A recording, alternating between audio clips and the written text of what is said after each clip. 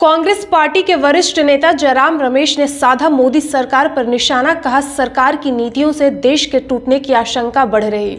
नमस्कार, प्रेस जागरण में आपका स्वागत है। मैं हूं स्वाति।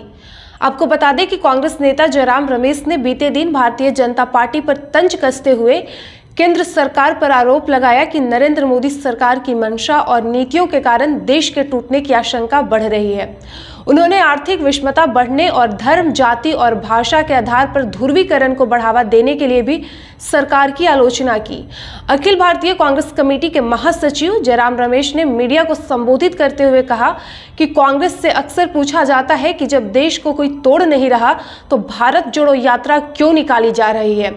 उन्होंने कहा, मैं ये साफ तौर से कहना चाहता हूं कि देश के टूटने का स्पष्ट खतरा है।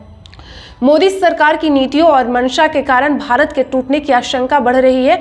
उन्होंने कहा, पहला ये कि आर्थिक विषमता बढ़ रही है, मुद्रास्फीति, बेरोजगारी, गलत तरह से जीएसटी लगाना, सत्ता का केंद्रीकरण, अर्थव्यवस्था पर एक या दो पूंजीपतियों का नियंत्रण, आर्थिक विषमता बढ़ रही है और इसके कारण भारत के टूटने की आशंका भी बढ़ रही है। बता दें कि भारत जोड़ो यात्रा के हरियाणा चरण के दौरान जयराम रमेश कांग्रेस नेता राहुल गांधी के साथ थे। यात्रा ने बीते दिन यानी कि बुधवार को हरियाणा राज्य में प्रवेश किया।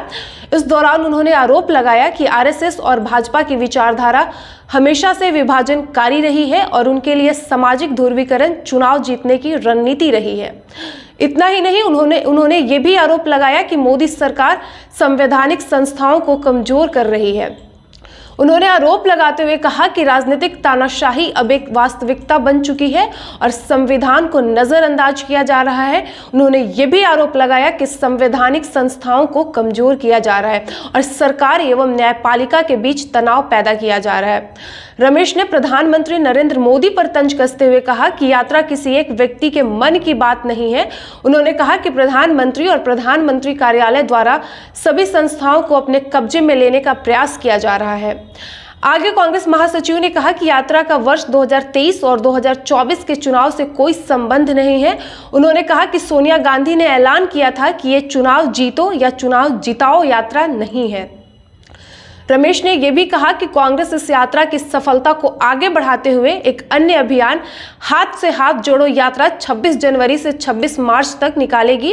उन्होंने कहा कि इस अभियान को प्रखंड और बूथ स्तर पर निकाली जाएगी और उन्होंने कहा कि भारत जोड़ो यात्रा के दौरान जनता के समक्ष असली राहुल गांधी दिखे। वहीं उन्होंने ये भी बताया कि राहुल गांधी यात्रा के हरियाणा चरण में किसानों और खिलाड़ियों से भी मिलेंगे। तो वहीं कांग्रेस की हरियाणा इकाई के नेताओं के बीच खींचतान के सवाल पर कांग्रेस नेता और पार्टी के हरियाणा मामलों के प्रभारी शक्ति सिंह गोहिल ने कहा कि पूर्व मुख्यमंत्री भूपेंद्र सिंह हुड्डा, कुमारी शैलजा और रणदीप सिंह सुरजेवाला यात्रा में राहुल के साथ चल रहे थे और पार्टी में कोई गुटबाजी नहीं है। उन्होंने कहा कि कांग्रेस में आंतरिक लोकतंत्र है लेकिन कोई अनुशासन नहीं तोड़ता, जिस पर उन्हें गर्व है। हमें उम्मीद है कि हमारा ये वीडियो आपको पसंद आया होगा। हमारे इस वीडियो को लाइक और शेयर करें और ऐसे ही तमाम खबरों के लिए प्रेस जागरण को देखते रहें। धन्यवाद।